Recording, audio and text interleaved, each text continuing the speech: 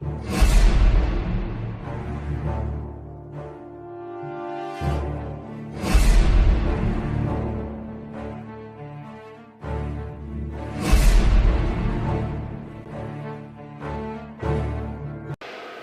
chers abonnés du Juris Cabinet Numérique. Nous sommes très heureux de vous retrouver en ce jour pour une nouvelle thématique. Aujourd'hui, notre travail porte sur les droits de l'accusé au Cameroun. Que l'on soit le plus grand dignitaire de la République, l'assassin le plus ignoble ou le malade le plus gravataire, l'on a droit au respect de sa dignité humaine. Ainsi, le statut de délinquant ne lui enlève pas sa qualité d'être humain. Il a droit à ce que sa dignité humaine soit respectée. Dans la pratique dans nos sociétés, l'accusé est considéré comme un ennemi qu'il faut à tout prix abattre, et ceci même au mépris des règles protectrices des droits de la défense consacrées par nos lois.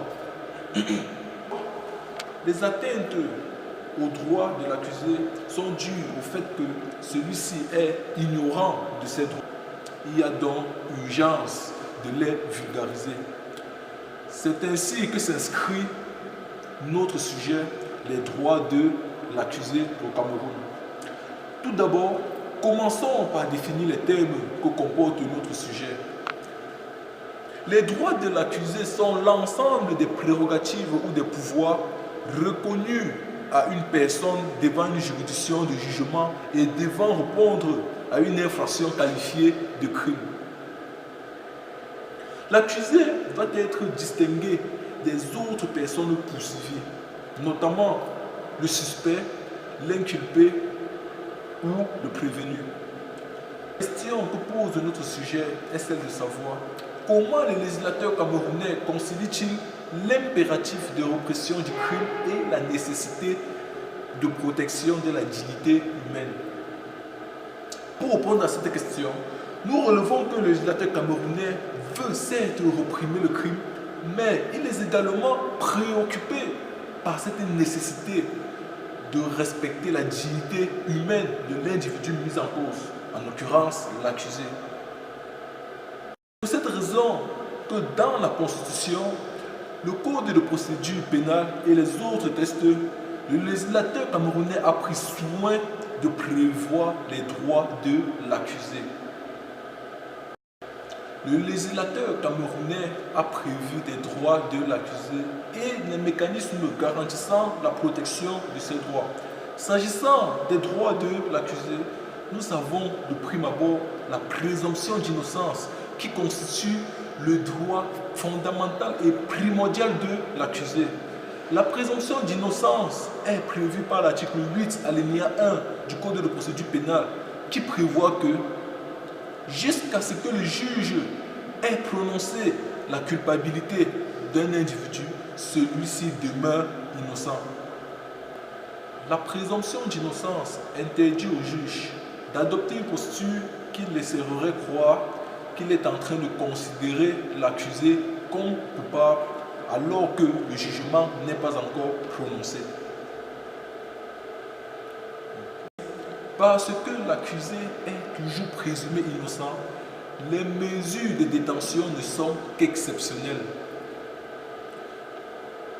S'agissant par la suite des autres droits de la défense, notons que l'accusé, en plus de la présomption d'innocence qui est considérée comme le droit primordial, il a d'autres droits qui viennent se greffer à cette présomption d'innocence, notamment le droit à l'information. Il a droit à ce que l'ensemble des griefs portés contre lui soit révélé.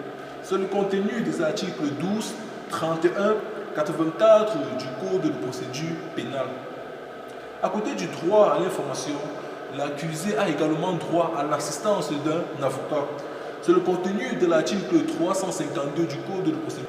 L'accusé a droit à ce que l'État lui vienne en aide financièrement au cas où il serait dans l'impossibilité de supporter les frais de sa procédure.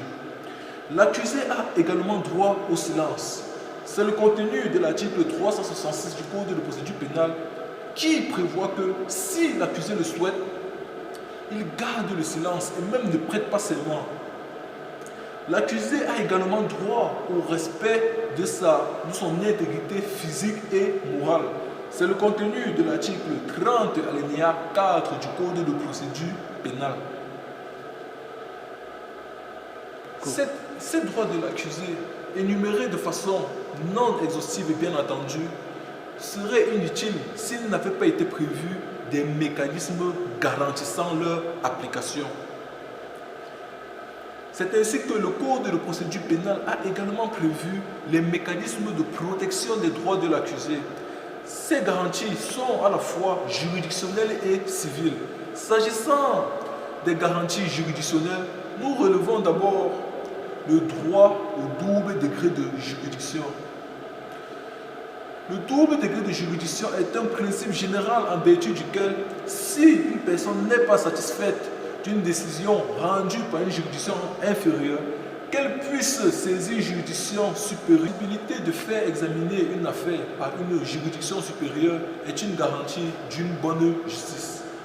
Ce principe est consacré par l'article 14, alinéa 5 du Pacte international sur les droits civils et politiques qui dispose que toute personne déclarée coupable a le droit de faire examiner par une juridiction supérieure la déclaration de sa culpabilité. Côté du double degré de juridiction, l'accusé a également droit à la récusation.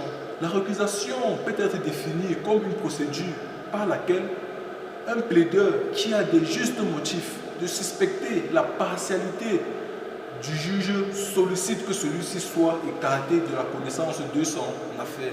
Ce principe est prévu par l'article 591 du Code de procédure pénale.